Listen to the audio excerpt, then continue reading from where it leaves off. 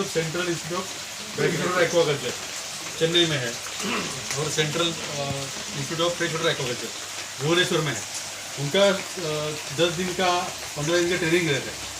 और CIP जो है central institute of fisheries education Mumbai, तो वो सब सर ने ट्रेनिंग किया है और ये स्टार्ट किया है। ये आई थिंक कितने साल से सर? ये तो 5 साल है। 5 साल से यहाँ पे सर यहाँ से सीड भी सेल करते हैं, फिश भी सेल करते हैं, और इनके यहाँ इधर आप आके 3 दिन का ट्रेनिंग भी करते 3 दिन का इसका ये जो इसमें कल्चर करते हैं, टैंक्स आ रहे हैं, हैं। 2 दिन का भी है, 3 दिन का भी है, 1 दिन का भी है। तो मैं ज़्यादा समय लेता नहीं, वही सर आप इनको ज़रूर प्लीज गाइड। एक्चुअली क्या है, यहाँ पर हम लोग, मैं ऑटोमोबाइल फील्ड का हूँ और पिछले 5 साल से इधर डाइवर्सिफाई किया है। तो हम लोग बायोक्रॉप सेटअप और रीसर्कुलेटरी एक्वाकल्चर सिस्टम में पीछे लगा हुआ है, और इसका बड़ा प्रोजेक्ट उधर लगा हुआ है। ये सब यहाँ पर एक्सपेरिमेंट करके हम लोग डेटा इकट्ठा करते हैं, और पॉइंट्स के भी हमने रेप्लिका बना रखे हैं, उसके भी हम डेटा इकट्ठा करके अभी हमारा रोहा में फार्म शुरू हुआ है 2 एकड़ में। जो जानकारी हमने यहाँ पर ली है उसको जा करके वहाँ पर लगा के हम लोग बड़े बड़े पॉइंट्स और RAS ये सब लगा रहे हैं स्टैंड पर। तो हमारे पास डॉक्यूमेंटेड एविडेंस है हर चीज़ की, इसके बेस पर हम वहाँ पर स्केल अप करते हैं। जैसे बायोफ्लॉक का सेटअप है, देखिए ये 7 नवंबर 2019 से चल रहा है, 0 वाटर एक्सचेंज। इसके 9 पैरामीटर्स हम लोग रिकॉर्ड करते हैं एवरी डे। तो उससे क्या 2 साल हो गए इसको रिकॉर्ड करते हैं। तो उससे क्या होता है कि हमको पूरी समझ इसकी डेवलप हो जाती है कि एक्चुअली क्या हो रहा है। Ammonia, pH, nitrite, nitrate, alkalinity, hardness, carbon nitrogen ratio, कितना आपने इसमें कार्बन मिलाया है, कौन सा फोर्स मिलाया है, तो इससे क्या रिजल्ट आ रहे हैं, प्लस किस हिसाब से ग्रोथ आ रही है, फ्लॉप कितना बन रहा है, ये सब हम लोगों ने यहाँ से सीखा कुछ के करके। और इसको जो है अब हम लोग वहाँ पर अपने सेंटर पे बड़े स्केल पर लगाएंगे। जी हाँ। तो ये यहाँ पे कितनी फीस आती है? नहीं, इसमें तो हम 80 किलो तक भी निकाल लेते हैं, क्योंकि ये 2 साल से चल रहा है, तो ये कंटिन्यूस प्रोसेस है। इसमें सब में समझ लीजिए 150-200 मछलियाँ तिलापिया डाली हुई है। तो जब वो बड़ी हो जाती है तो उन्हें हार्वेस्ट कर लेते हैं। अब दोबारा फिर हमारा नर्सरी सिस्टम है यहाँ पर, ये तो खैर काफ़ी बड़ी हो गई। हम नर्सरी ऑलरेडी किया रहते हैं, तो उसमें 20-25 ग्राम की जो मछलियाँ हो जाती हैं, जितनी मछली हम निकालते हैं फिर डाल देते हैं उसमें। तो ये कंटिन्यूस चला रहे हैं। इसका मुख्य और सबसे इम्पोर्टेंट जो पहलू है वो ये है कि ये 0 वाटर एक्सचेंज, इसमें आज तक स्लज नहीं बना, और कभी भी हम लोगों ने इसमें पानी जो है बाहर नहीं निकाला। और जब पानी गंदा होता है तो उसके लिए क्लीनिंग के लिए क्लीनिंग, यही तो टेक्नोलॉजी है। पानी कहाँ गंदा होता है बायोफ्लॉक टेक्नोलॉजी में। बायोफ्लॉक टेक्नोलॉजी में कुछ बैक्टीरिया होते हैं बड़े अच्छे किस्म के, जिसको हेट्रोट्रॉफिक बैक्टीरिया बोलते हैं। वो हेट्रोट्रॉफिक बैक्टीरिया जो है वो जो भी नाइट्रोजनस वेस्ट इसमें निकलता है, चाहे वो फीकल मैटर हो, अनईटन फीड हो, उन सबको वो वापस फीड में कन्वर्ट कर देता है। Single cell protein heterotrophic bacteria खुद को मल्टीप्लाई कर देता है, और ये बड़ा क्विक होता है। ये तब होता है जब हम एक पर्टिकुलर कार्बन नाइट्रोजन रेशियो के ऊपर हम अब कार्बन को ऐड करते हैं। बेसिकली 1:20 होता है, तो पानी गंदा ही नहीं होता। तो बायोफ्लॉक के 2 मुख्य फायदे हैं, हमेशा याद रखिएगा। एक तो पहला कि आपको फिल्ट्रेशन नहीं करना, महंगे महंगे इंस्ट्रूमेंट नहीं लगाने, पानी नहीं चेंज करना। और नंबर दूसरा जो है वो है कि जो फीड इसमें जनरेट होता है इन सीटू का मतलब है उसी के अंदर वो मछलियाँ खाती हैं, तो आपका FCR इंक्रीज होता है। ये पूरी कहानी है। यही 2 चीज़ अचीव करने के फीडिंग करते हैं सर इसको? हाँ हाँ बिल्कुल, हाँ फीड ये यहाँ पर, हाँ ग्रोवेल का ही फीड है ये, यहाँ पर डाली हुई डालते हैं इसमें।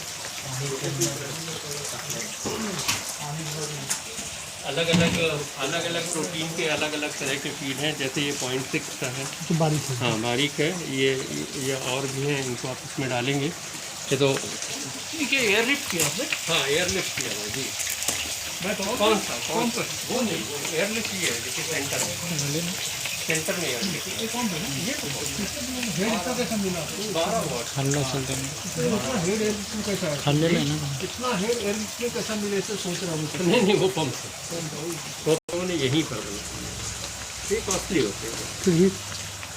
अब हमने उधर 4000 लीटर का बनाया है, वो में 80,000 रुपये का। तो ओपन स्काई है, कवर्ड है? सब चीज़ कवर्ड है। Biofloc can not be in the open sky. जी वो कवर्ड, यहाँ भी कवर्ड है और उधर भी कवर्ड है, और कवर्ड रहने से ही अच्छा होता है, क्योंकि सडन जो टेम्परेचर और एम्बाइंड टेम्परेचर वगैरह के चेंज होने से उस पर असर पड़ता है। तो अगर आप मछली कर रहे हैं, अरे भी पीछे है, अभी दिखाते हैं आपको। सर वो 80,000 लीटर का है तो उसमें मतलब कितने लीटर का वो? 80,000 रुपये लगे हैं 4,000 लीटर का। अच्छा, ये कितने लीटर का है? ये 2,300 2300, मतलब इसका दुगुना हुआ। लगभग। ये फाइबर का है। ये सब फाइबर के हैं। टोटल गोलन कर का चौकोनी का नहीं। चौकोर करने, देखिए चौकोर करने से दो फायदे जो होते हैं गोल के, वो आपको नहीं मिलेंगे। सबसे पहले चीज़ क्या है कि अगर आप गोल रखते हैं तो जब पानी इसमें घूमता है तो जो भी गंदगी या वेस्ट मैटर, सेटलेबल सॉलिड जिसको बोलते हैं, तो धीरे धीरे सेंटर में आ जाता है। सेंटर में बराबर। सेंटर में आ जाता है। तो हमने सेंटर में इसको देखिए वॉल्केनो टाइप का लगा रखा है, हम उसे उठा के फिर बाहर निकाल देते हैं। तो कोई चीज़ सेटल नहीं होने पाती। जब कोई चीज़ सेटल हो जाएगी, एनएरोबिक जोन बन जाएगा जहाँ पे ऑक्सीजन नहीं मिल पाएगी, तो स्लज बन जाएगा। सर इसका डीओ देखने मिलेगा? डीओ के लिए विंकलर्स मेथड हम इस्तेमाल करते हैं। तो हाँ, तो उसके लिए पूरी टेस्टिंग करनी पड़ेगी। वो पीछे ब्यूरेट और पिपेट ये सब और साल्ट का बनाना होगा, तब पता लगेगा। अभी हम लोग इसका जो है डीओ वो लगभग 6 के आसपास होता है। हाँ, विंकलर मेथड थोड़ा लंबा है, उसमें टाइम लग जाएगा। बाकी कोई चीज़ आप देख, डिजॉल्व ऑक्सीजन, बाकी कोई चीज़ आप देखना चाहते हो तो यहाँ पर किट्स हैं, उनसे आप डीओ इसका 6 के ऊपर है। अभी जैसे लाइट चली गई है इसका ना, तो एक छोटा सा एरेशन चल रहा है जी। टेम्परेचर ऐसे फिल्टर का है, वो सिंपल नर्सरी है सर। उसमें हमारे यहाँ फार्म रहेंगे। डीओ आपको हम दिखा देंगे, आप आइएगा फिर कभी। बड़ा देखने को मिलेगा। हाँ, सब कुछ मिलेगा, आइए। ये हमारा बायोफ्लॉक का सेटअप है, अभी रन नहीं कर रहा है, अभी उनसे नर्सरी की तरह यूज़ कर रहे हैं।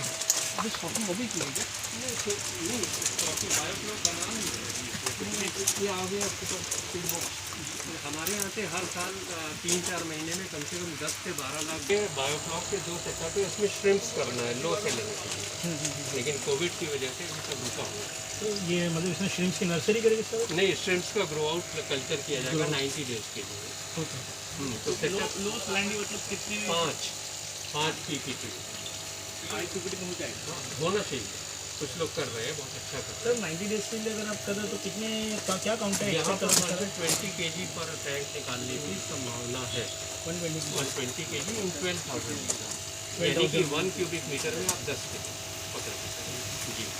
तो ये भी 12,000 का है, ये भी 12,000।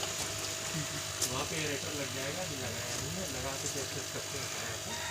तो सर इसको स्टिम के लिए ये सेटअप प्लस एरेटर और फिर ठीक, और कुछ बाकी बहुत सी चीज़ें हैं, साल्ट का बैलेंस और ये वो और pH का मेंटेनेंस। pH जो है बिल्कुल भी फ्लक्चुएट नहीं करना चाहिए, इसीलिए ये सिस्टम बनाया गया है काफ़ी, जिसमें एम्बाइंड टेम्परेचर और माहौल का फर्क ज़्यादा रहेगा। ये रूम मतलब कंट्रोल टेम्परेचर कंट्रोल। जी, जाड़े में तो और भी हमको साइड में पन्नियाँ वगैरह लगानी चाहिए। दोनों आपकी ये सिस्टम बायोफ्लॉक है? हाँ, ये सिस्टम और सिस्टम दोनों बायोफ्लॉक। और आपका RS है तो RAS में हम लोगों ने तिलापिया किया 2 बार, पंगेशियस किया है और एशियन सी बैस किया, जिसे आप लोग जिताड़ा कहते हैं। तो 157 डेज में हमने उसमें 135 किलो जिताड़ा हुआ। साइज 4 kg है, 4 ग्राम, 3 से 4 ग्राम एवरेज बॉडी वेट का सीबा से बच्चे लाए थे। वो पैलेटाइज फीड खाते हैं, तो उसको उसमें डाला लगभग 500 बच्चे। तो उसमें 150 मर गए थे, बीमारी आ गई थी, गिल सफोकेशन हो गया, तो 350 बच्चे थे। सर वो बहुत बड़े अच्छे थे, मतलब 600 ग्राम 650 ग्राम तक गया 6 महीने में नहीं, 157 डेज। ये कितना हुआ देख लीजिए, 6 महीने से कम हुआ। हाँ, 6 महीने से कम हुआ। तो लेकिन उसके लिए काफ़ी ज़बरदस्त बैकअप और सिस्टम सब, हमारा अपना सारा सिस्टम है इलेक्ट्रॉनिक्स का। हम लोगों ने प्रोग्रामेबल लॉजिक कार्ड अपने बनाए, प्रोग्रामिंग की है, तो कंप्यूटर की मदद से सारी चीज़ें संभाली, तभी वो आपका सिस्टम वो मतलब किस तरीके से वर्क कर रहा है दिखा सकते? ज़रूर। अभी तो बंद है, लेकिन हाँ देखें, सिस्टम तो लगा ही हुआ है। लेकिन अभी देखिए, RAS चलाने का मतलब है एक आदमी का हमेशा वहाँ पर 24 घंटे रहना। अभी हमारे सारे स्टाफ लखनऊ चले गए, कोई वापस नहीं आ रहा है कोविड में, हम अकेले। हमारा एक फार्म बन रहा है बहुत बड़ा रोहा में, रोज़ सुबह हम जाते हैं 8 बजे, शाम को लौट के आते हैं। आज आप लोग को आना था तो 3 बजे आ गए थे जल्दी। तो जब हम यहाँ नहीं रहेंगे तो वो चलाने में उसको दिक्कत है, क्योंकि अगर लाइट चली गई लंबा तो फिर जनरेटर चला प्लस आपकी तरफ से आप किसको बेनिफिशियरी ज़्यादा मानते हैं, बायोफ्लॉक को और आरएस को? सब बहुत अच्छे हैं। ये डिपेंड करता है कि आप किसे अच्छी तरह से चलाते हैं और किस स्पीशीज़ के लिए कौन सा सिस्टम ज़्यादा अच्छा काम करता है। मेरे हिसाब से सबसे अच्छा पॉन्ड होता है। पॉन्ड में अगर आप नहीं कर पा रहे क्योंकि आपके पास जगह नहीं है तो फिर आप आरएस या बायोफ्लॉक दोनों कर सकते हैं। आरएस महंगा सेटअप लगता है, बायोफ्लॉक थोड़ा सस्ते में लगता है। ये थोड़ा प्लस माइनस पॉइंट। दोनों में अंतर क्या होता है? अंतर ये रहता है कि इसमें कोई फिल्ट्रेशन सिस्टम आपको नहीं लगाना, इसमें जो बैक्टीरिया है वही सारे काम कर देता है आपके लिए। और लेकिन ये सीखना पड़ेगा, ये थोड़ी केमिस्ट्री इसमें इन्वॉल्व है। और आरएस जो है वो टेक्नोलॉजी इनेबल्ड है, उसमें हर चीज़ के लिए अलग अलग चीज़ें लगी रहती हैं। कोई water quality, water parameters maintain करने के लिए कहीं पेट लेवल सॉलिड्स निकाले जाते हैं, कहीं माइक्रोफाइन फिल्ट्रेशन होता है, कहीं अमोनिया निकाला जाता है, कहीं पर यूवी स्टेबलाइजेशन किया जाता है, कहीं पे ऑक्सीजन मिलाई जाती है और ऐसे घुमाते हुए पानी फिर वापस आपके लगता है वाटर फिल्टर अलग से अपने सब कुछ एक एक यहाँ पे जो कुछ भी आप देखेंगे ना, बाहर से कोई नहीं आया कुछ बनाने के लिए, सब हम ही लोगों ने किया। हमने और एक लड़का था छोटू, अभी नहीं है। Each and everything is made by our सोच, ये सब कुछ हम लोगों ने किया। इसमें देखिए 30 पीस पर स्क्वायर मीटर डालने का विचार है। नहीं, सीड्स तो 1 लाख के ऊपर ही मिलता है, तो वो कुछ लोगों से टाई अप करेंगे, क्योंकि 1 लाख सीड मिलते हैं, 20,000 उसमें वो मिलता है बोनस। तो 4-5 फार्मर्स अगर कर रहे हो तो वो मिला होगा नहीं, सब कुछ इसके लिए। आपने बिल्कुल सही कहा, उससे कम मिलते नहीं, हमेशा 1 लाख। ज़रूर आप वहाँ पे अपना नाम और वो सब लिखवा दीजिए, क्या कहते हैं, नाम और मोबाइल नंबर व्हाट्सअप वाला, तो जब हम मंगाएंगे तो ज़रूर आपको। सर अब ये जो 90 डेज का सेटअप जा रहा है तो उसके बाद क्या देखिए कोशिश तो करनी चाहिए कि 30 काउंट्स आए।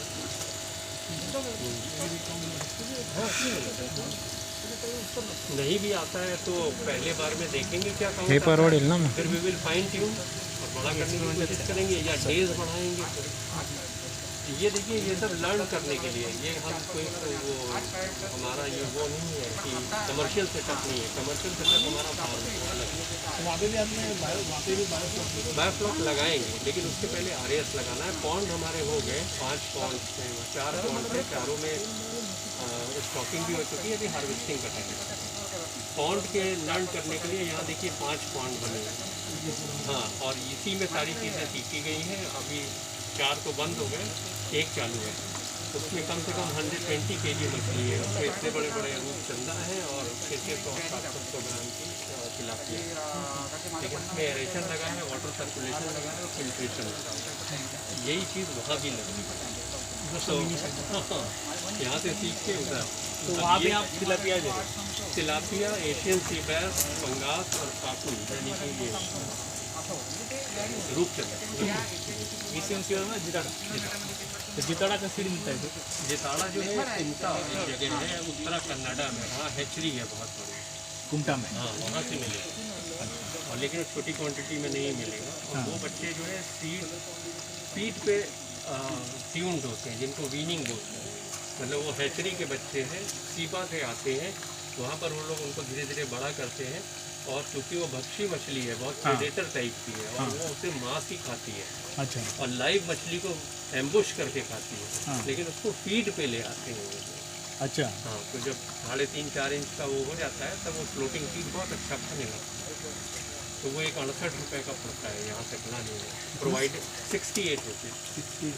लेकिन प्रोवाइडेड आप 5000 पीस में, क्योंकि वो बड़े बड़े टैंक्स में ऑक्सीजन लगा के ट्रक से लेकर के आते हैं बॉम्बे तक।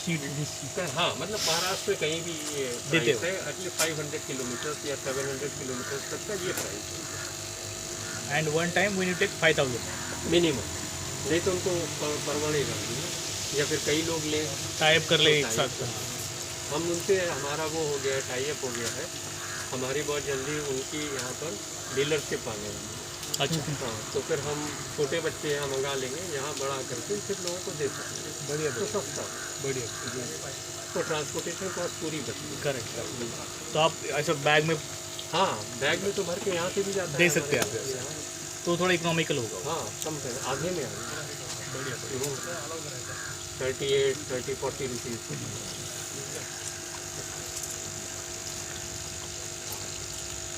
ये रिजर्वायर है, इसमें जो ये दोनों हैं इनके लिए ही पानी होगा इसमें 1000 litre. Same pH, same hardness, same salinity, same alkalinity, सब कुछ मेंटेन। फिर यहाँ सेंसर्स लगेंगे तो वो जैसे ही पानी थोड़े लेवल तक कम होगा इवेपोरेशन से, यहाँ पंप लगा हुआ है, ये उधर पानी भेज देगा। तो ऑटोमेटिक हाँ, एक लेवल ऑटोमेटिक से 2 इंच का हमेशा मेंटेन रहेगा। एक 2 इंच के नीचे गया तो पानी चल गया, फिर वो भर के फिर कट देखिए ये सब चीज़ें इतनी अच्छी चलती हैं जब आदमी का हस्तक्षेप कम से कम होता है। गलती हम ही लोग करते हैं, उसमें हाथ डाल देंगे, गंदा कहीं कुछ कर देंगे, इन्फेक्शन आ जाएगा। और मशीन अगर करेगी तो गलती नहीं करेगी। और वो रात को 2 बजे भी पंप ऑन हो सकता है, हम लोग को 2 बजे आने में दिक्कत है। तो ये सब सोच के सीख के सब चीज़ें धीरे धीरे डेवलप हुई। हमने प्रोग्रामिंग सीखी, प्रोग्रामेबल लॉजिक कार्ड्स बनाए, अपने हिसाब से सब कुछ चलाया जो चीज़ें चाहिए जी। तो बहुत जैसे बढ़िया। अगर जैसे ये अभी हमको जैसे आपको इससे जैसे आप बन चला रहे हैं जी जी। जो अगर हम आपको बोले कि हमको इसे सेटअप करके दीजिए तो आप सेटअप करके दे सकते हैं? अभी तो हम बहुत ज़्यादा बिजी हैं सर, लेकिन बाद में देखेंगे। आप यहाँ पर आइए, पहले ट्रेनिंग ले लीजिए ओके तो आपको हमारी ज़रूरत ही नहीं पड़ेगी। देखिए हमारा क्या कहना है कि हमने 2 साल लगा के सब चीज़ें सीखी हैं बहुत अच्छी तरह से। हम ट्रेनिंग में 2 या 3 लोगों को सिखाते हैं, कम लोगों को। क्यों? क्योंकि अटेंशन जाए। और अगर आपको नहीं समझ में आता तो आप अगले दिन फिर आओ, आपको नहीं समझ में आता तो आप अगले दिन फिर आओ। ऐसा कुछ नहीं है कि एक दिन की ट्रेनिंग हुई भागी है। उद्देश्य ये है कि आप चलाओ जा करके उससे। If you are really very serious, please come. एक एक चीज़ हम आपसे करवा के लेंगे, एक एक चीज़। तो आपको हमारी या किसी की ज़रूरत ही नहीं पड़ेगी। प्रैक्टिकल थ्योरी में ज़्यादा अच्छा है। अंदर हमारा प्रोजेक्शन रूम है, स्क्रीन लगा हुआ है, वहाँ सब चीज़ें समझाई जाती हैं और बाहर प्रैक्टिकल करके दिखाया जाता है। जैसे उस आप कहते हैं डीओ देखना चाहते हैं तो डीओ उस दिन आइए, आप खुद ही नापिए, डीओ भी नापिए, अमोनिया भी नापिए, nitrite, nitrate, alkalinity, hardness, pH, temperature, सब कुछ करिए, फ्लॉक नापिए, सब कुछ नापिए। तो जब आप करे रहेंगे तो आप खुद फीड के बारे में जानकारी बड़ी इम्पोर्टेंट है। बायोफ्लॉक्स में कौन सा फीड देना है, कितना देना है, कौन से प्रोटीन का देना है, यही कहा। और अमोनिया जाता कहाँ है, बैक्टीरिया कहाँ ले जाता है अमोनिया को, कैसे अमोनिया ख़त्म हो जाता है। ये सब चीज़ें जब आपको समझ में आ जाएंगी तब विस्तार, तब आप खेल सकेंगे उसमें। तो आपको किसी से कुछ पूछने की ज़रूरत। सब फ्यूचर के अंदर और आरएएस के अंदर और कौन से फिश लाने की सोच है कहाँ पर सर? आरएएस के अंदर आपके सिस्टम में? आरएएस में हम ज़्यादातर जो ही जिताड़ा करने वाले हैं, 60-60 हज़ार लीटर के 2 टैंक लगने वाले हैं। वहाँ लगेंगे तो आप लोग उधर भी आइए देखने। और प्रत्येक में 3 टन जिताड़, यानी कि दोनों को मिला के 6 टन एक, और वो भी लगभग 150 दिन। 150 डेज के अंदर। Size 6 size 1 kg। 1 kg। हाँ, 1 kg पहुँचाएंगे। त्याला खाद्य तर हेच ना. हाँ, खाद्य। लेकिन जैसे कि आपने अभी बोले थे कि 157 डेज में आपकी 600 ग्राम हुई थी, मैं अभी आप बोल रहे कि 150 डेज में 1 kg। यही तो लर्न करने वाली बात हुई ना। तो अब हम पहुँच सकते हैं 1 किलो, बाद में हम 1.5 किलो भी पहुँच जाएंगे। It all depends on densities, खाना कौन सा खिला रहे हैं, कितने प्रोटीन का खिला रहे हैं, किस साइज़ का बच्चा आप स्टॉक कर रहे हैं। हमने वहाँ पर स्टॉक किया था 3 से 4 ग्राम का बच्चा, अभी हम स्टॉक करेंगे 50 ग्राम का बच्चा। तो जाएंगे ना वहाँ 100% जाएंगे, बल्कि ऊपर जाएंगे 150 दिन में। ये सब चीज़ें तर ही तुम्ही ट्रेनिंग घेता, ही विनामूल्य असते की पैसे घेता? इसमें पैसे लगते हैं, पैसे ज़रूरी है। अगर आपके पास नहीं है तो कोई बात नहीं, आप मत दीजिए, लेकिन पैसे ज़रूरी है। क्योंकि अगर हम फ्री का रखेंगे ना तो जो नॉन सीरियस लोग हैं उनकी भीड़ लगने लगेगी, वैल्यू नाही राहत. हाँ, वैल्यू नहीं है। धन्यवाद सर. क्या ये आता आम्हाला तुम्ही ते पण दाखवा. हाँ हाँ बिल्कुल देखिए तुषार जैसे खाना थोड़ा यहीं से देखिएगा नहीं तो उधर जाएगी मछलियाँ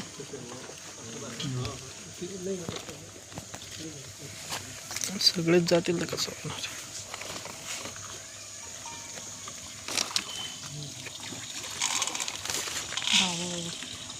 कौन सा है सर इसमें ये?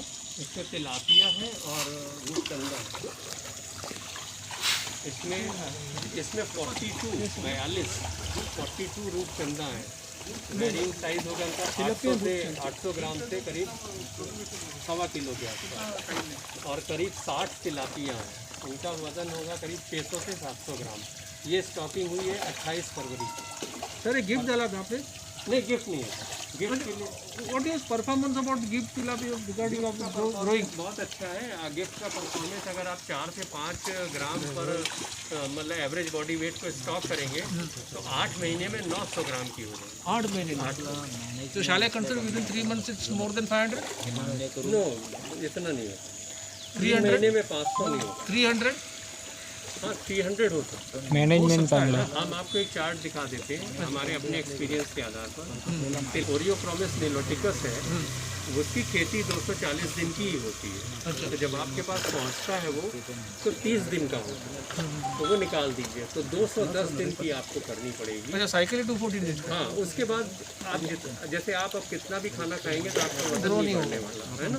मेरा भी नहीं सो बढ़ेगा. इट्स यील्ड पॉइंट का 240 डेज. ये वेरी तो उसमें आप हैचरी वाला पीरियड भी शामिल करें. अच्छा win that 240 days how much is growing is permissible. Growth इस पर depends on the variety of the fish. Same gift gift तो 900 ग्राम तक देंगे. 900 इन 240. लेकिन इसके तमाम प्रोटोकॉल्स हैं. कौन सा फीड खिला रहे हैं आप क्या खिला रहे हैं. We can average we can what will say average तो 600 के ऊपर तो बहुत आराम से है. 240 डेज. नहीं 240 डेज में 30 डेज तो निकाल दीजिए ना. मतलब 210 डेज.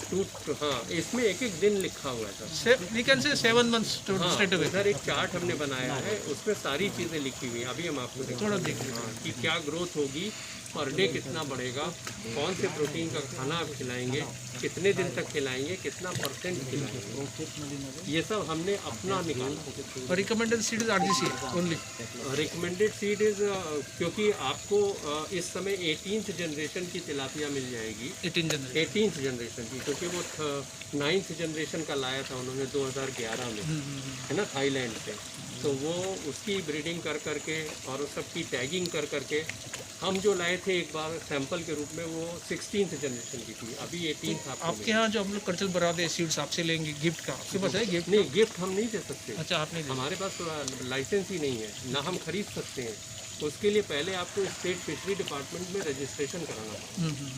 जब वो रजिस्ट्रेशन हो जाएगा तब वो सर्टिफिकेट पर आपको Rajiv Gandhi centre of aquaculture से वहाँ मिस्टर बी अपाला नायडू है डॉक्टर बी अपाला नायडू बहुत अच्छे आदमी.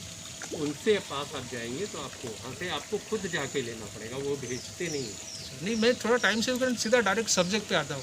आपको लगे शायद नहीं इतना डिस्कशन इन लोग देख रहे हैं मैं डायरेक्ट मेरा क्वेश्चन लेके पहुँच जाता हूँ. हाँ नहीं आप क्वेश्चन पूछिए जो कुछ भी हमें आता होगा हम तुरंत जवाब देंगे आपको.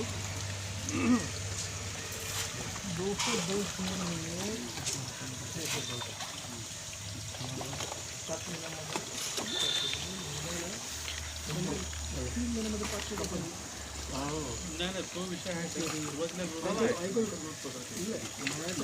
नहीं आहे ना इकडे पण आम्ही ऑब्झर्व केलं वेळेला जे 3 महिने आहेत ना ग्रोथ अगदी कमी असते. This is one smaller RAS which we have designed earlier. छोटा RAS है ये. इसमें हम लोग अभी इसे नर्सरी की तरह इस्तेमाल कर रहे हैं. Not required because it's a very small type of setup.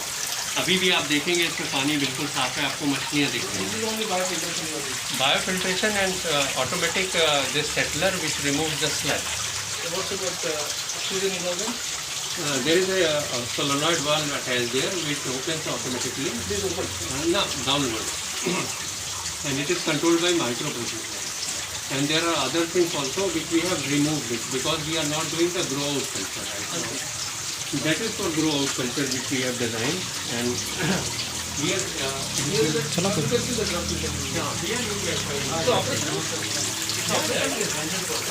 Hindi Martin बोले तो बेटर पड़ेगा। ये हाँ ये बिल्कुल भी ऑपरेशनल है। इसमें 4000 लीटर का टैंक है, ये सेटलर है, इसमें एक एंगल पे पानी घुसता है, सेटल होता है। ये bio ammonia reactor total ammonia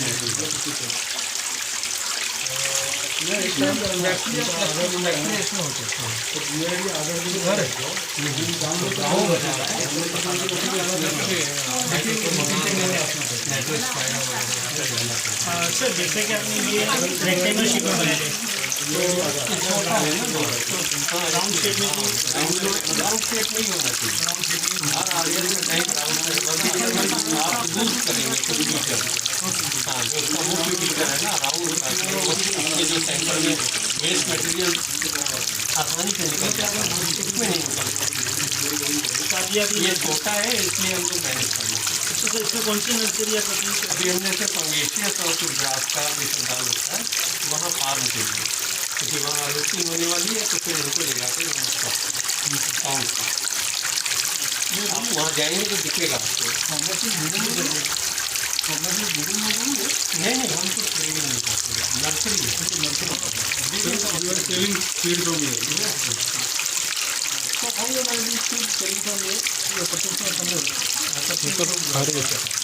Sometimes Thailand, sometimes Bangladesh also, but right now Calcutta की बात है। तो ये पूरा सेटअप है जो दूसरा डिज़ाइन किया हुआ है, इसमें स्टेपर मोटर लगा हुआ है। ये तो यहाँ पर ये ड्रम फिल्टर है, डबल यूनिट माइक्रोन है, हमने 45 माइक्रोन। मैनेजमेंट बराबर है उनका। तो ये हमें समय पर ये घूमता है और 90 डिग्री 180 डिग्री आता है। मतलब कम इसमें ज़्यादा इन्वेस्टमेंट। 30 डिग्री इधर चलता है और उसी समय ये पंप चलते हैं, ये इसको साफ करके नीचे ले भारी गंदगी हुआ है तो उसके बाद एक 10% ऑफसेट लेके निकले। ये सब चीज़ें यहाँ कर रही है। अभी हटाया हुआ है क्योंकि बारिश भी थी और इसको चला नहीं रहे थे सर्किट वगैरह, और वो हमारे पास है। ये यूवी फिल्ट्रेशन सिस्टम है, गंदगी भी निकालनी थी। हाँ ऑटोमेटिक। आपको कुछ नहीं करना, सब अपने आप होता है। फिर इधर आता है और ये बायो फिल्ट्रेशन सिस्टम है। बायो फिल्ट्रेशन के बाद ये डॉक्टर स्पीड को है, यहाँ पर ऑक्सीजन के सिलेंडर लगते हैं और ये रोटामीटर है, इससे एडजस्ट करके यहाँ पर कम ज़्यादा का नहीं 26 हमने जब वो किया था क्या कहते हैं फीवर तो 26 ppm ऑक्सीजन इसमें डालते थे और अंदर जाते ही वो 11 हो जाता था, इतनी हाई डेंसिटी थी एंड एग्जिट पॉइंट पे 6। तो ये डुअल ड्रिल सिस्टम है, सेंटर में है। कितना डाल क्या चीज़ सीमा डाल दी टेम्परेचर का नहीं कोई फर्क नहीं पड़ता। 22-23 है हम आपको नहीं अभी लाइव है हाँ इसमें मछलियाँ हैं। उन्हीं डाली नहीं मत कर लीटर नहीं टेम्परेचर के लिए सेंसर लगा के देख लेंगे, पता चल जाएगा। 23-24 डिग्री है एज पर माई एक्सपीरियंस पानी का टेम्परेचर। थोड़ा फुल लगा कोई फर्क नहीं पड़ता। जब सीबैस करते हैं तो 27 बजते हैं। तो अभी इसमें क्या रख दोगे? अभी इसमें जनरल नर्सरी टाइप की मछली है प्लस कुछ पापू है, ये सब पापू यानी कि रूप चल तो वो बड़े भी हैं कुछ इसमें, लेकिन ये सब उसके लिए है जो हमारा फार्म चलने वाला है। अभी हमें वहाँ पे स्टॉकिंग करनी है, वो मछलियाँ पहले से मंगा के रखी हुई हैं, फिर यहाँ पे काउंट करके ऑक्सीजन में पैक करके बाहर निकालते हैं। मतलब ये 2-3 टाइप की नर्सरी एक ही की मदद से है। हाँ हो जाता है, इसमें कुछ प्रॉब्लम नहीं नहीं सर। इनका कहने का क्वेश्चन है कि जब आप पाकू कर रहे हो दूसरा सब नीचे तो उधर जाएगा सब चीज़ मिक्स करते अलग अलग करते नहीं नहीं हमारे ये तो नर्सरी आपका क्वेश्चन था, नर्सरी में सब एक साथ रह लेते कि नहीं हमारे में। तो इसको आप डिवाइड कैसे करोगे सर? हम निकालेंगे, हमें तो हाथ से काउंट करना पड़ेगा ना। एक एक पीस भाई वहाँ स्टॉकिंग कैसे करेंगे? पर स्क्वायर मीटर हमें स्टॉक करना है, मान लीजिए 5 मछली, हमारा अगर 1500 का है तो उस हिसाब से काउंट करके ही तो मछली जाएगी। बाद में वहीं पर ये सब सेटअप लग जाएंगे तो वहीं से काउंट करके उधर ही जाएंगे। देखिए कोई भी ग्रो आउट कल्चर करने के लिए नर्सरी का होना बहुत ज़रूरी है। अगर नर्सरी नहीं है तो आपके रिजल्ट कभी नहीं आएंगे जो आप कहते हैं, क्योंकि उस जगह पर आपको बेस्ट मछली स्टॉक करनी है ग्रो आउट के लिए। यहाँ पे हम लोग इतने लोग हैं, कोई बड़ा है, कोई छोटा है, कोई पतला है, कोई मोटा है, ऐसे तो मछलियों में भी होता है। तो आपने वो मछली क्यों डाल दी वहाँ पर जो कभी बड़ी ही नहीं होगी, तो आपको नुकसान हो जाएगा ना। तो you have to hand pick it या तो आप ग्रेडर लाइए, उससे ग्रेड करके एक निश्चित mm के ऊपर की मछली ही वहाँ ले जाइए, बाकी को डिस्कार्ड कर दीजिए। हम 60% मछली डिस्कार्ड करें, सिर्फ 40% लेके जाते हैं। नर्सरी में कितना दिन रखते हो आप लोग? नर्सरी में कितना दिन रखते हो? नर्सरी पे डिपेंड करता है कि कब हमारी हार्वेस्टिंग वहाँ पर हो जाएगी। नॉर्मल परमिसिबल 1 महीने से ऊपर, 1 महीने से ऊपर। उसमें जिसको मरना है डालना रहेगा तो पहले हम एक छोटा सा नर्सरी डालें, जी जी, उसके बाद फिर में फिर बड़े मैडम बढ़ जाएगा जो है। फिर उसमें से हैंड पिक करिए या ग्रेडर से ग्रेड करिए और फिर बेस्ट पीस ले जाके वहाँ डालिए, तो इवन ग्रोथ होगी और यील्ड आएगी। नहीं तो एज ए रूल जो मछलियाँ होती हैं उसमें से 20-30% मछली ऐसी होती है जो कि कभी बड़ी ही नहीं होती। दूसरी मछली आप नीचे वहाँ देखिएगा तिलापिया में, आपको देखिए कितना डिफरेंस दिख रहा है। छोटा बड़ा सब हाँ, उनका सबका एज बराबर है, एक ही लॉट की मछली है, एक ही एज की है, मगर कोई कितनी बड़ी है कोई कितनी छोटी है। वाइल्ड है ना, वाइल्ड नहीं है, दे आर ऑल मोनोसेक्स मछली। कलकत्ता जैसा। तो उनको आप कैसे छोटी वाली को डाल के क्या करेंगे? मतलब ही नहीं ना।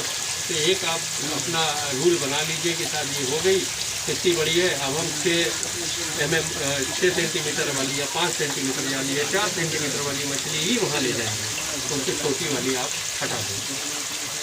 तो ये करना बहुत ज़रूरी है, चाहे बायोफ्लॉक करिए, चाहे RAS करिए, चाहे बॉन्ड करिए, दिस इज़ वेरी इम्पोर्टेंट। और हम हमेशा ही करें, इसीलिए हमको रिजल्ट अच्छे मिलते हैं। तो जो लोग सेव करते हैं ना बच्चों में, उनका चलता नहीं है, पनप नहीं पाता।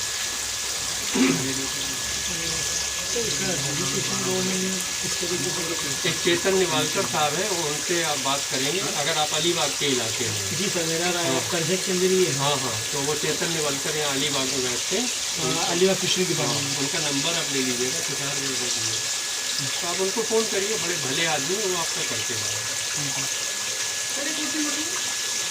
वो सिल्वर कार्प है।